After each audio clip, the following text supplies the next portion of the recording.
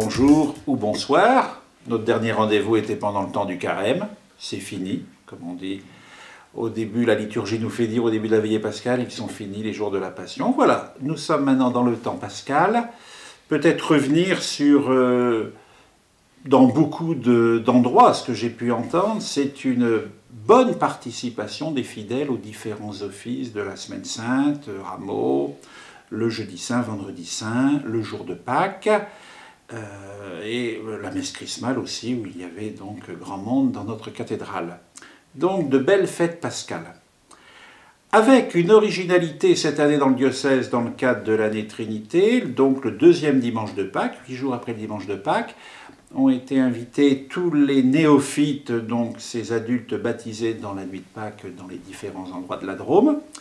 Et nous nous sommes retrouvés, ils ont remis le vêtement blanc qu'ils avaient reçu au moment de la célébration de leur baptême, confirmation, Eucharistie, pour les inviter en disant, bon ben, pendant 8 jours vous avez eu le vêtement blanc, maintenant vous retrouvez vos vêtements ordinaires, c'est-à-dire vous avez à vivre comme nous en chrétiens dans le temps ordinaire de votre vie. Et puis une catéchèse mystagogique, c'est-à-dire le déploiement de ce qui avait été vécu par eux pendant la veillée pascale, par le Père Michel Martin, donc à l'issue de cette Eucharistie. Donc un beau moment pour la communauté diocésaine. Pour le mois de mai, nous allons vivre 4 moments importants, là aussi, c'est un peu une nouveauté dans le cadre de l'année Trinité, puisque je ne vais confirmer dans l'année qu'en 4 lieux.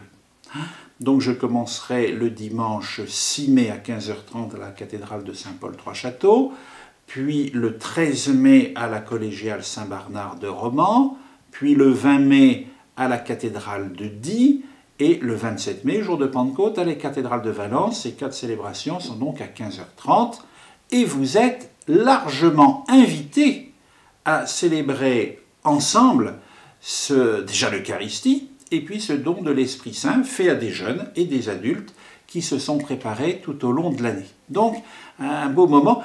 C'est d'autant plus beau que le chiffre est encore très approximatif, puisque je reçois encore des lettres de personnes qui se sont préparées par différents chemins et qui vont recevoir donc ce sacrement de la confirmation. Donc, ne vous dites pas « oh là là, ça va être long, oh là là, ça va être... » Non, on ne peut pas d'un côté se plaindre qu'il n'y a plus de jeunes, on ne peut pas de l'autre se dire « oh ben, qui a encore la foi ?» Et quand des jeunes et des adultes font une démarche de foi, si nous ne sommes pas là pour les soutenir, enfin, il y a quelque chose qui ne va pas. Donc, venons largement.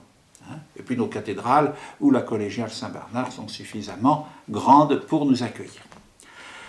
À titre plus personnel, je vais vivre durant ce mois de mai aussi quelque chose de particulier, puisque depuis de nombreuses années, le prieuré de Midelt, donc le prieuré cistercien qui est la suite du monastère de Tibérine, le prieur qui est dromois, me demandait si un jour je ne pouvais pas faire une visite au prieuré donc de Midelt au Maroc.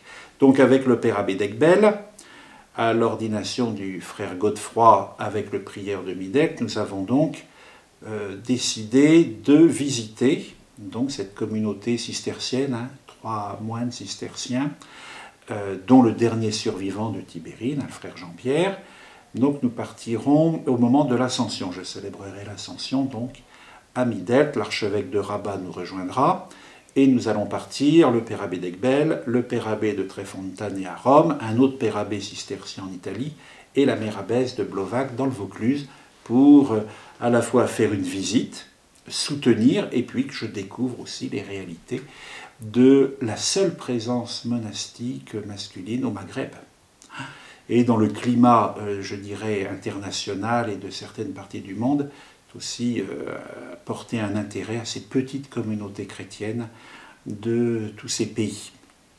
Voilà un petit peu les grands événements pour le mois de mai. Donc je vous invite largement aux 4 célébrations de la confirmation à manifester notre soutien que nous faisons corps avec ces jeunes et ces adultes qui recevront l'Esprit Saint. Et à tous donc un bon mois de mai.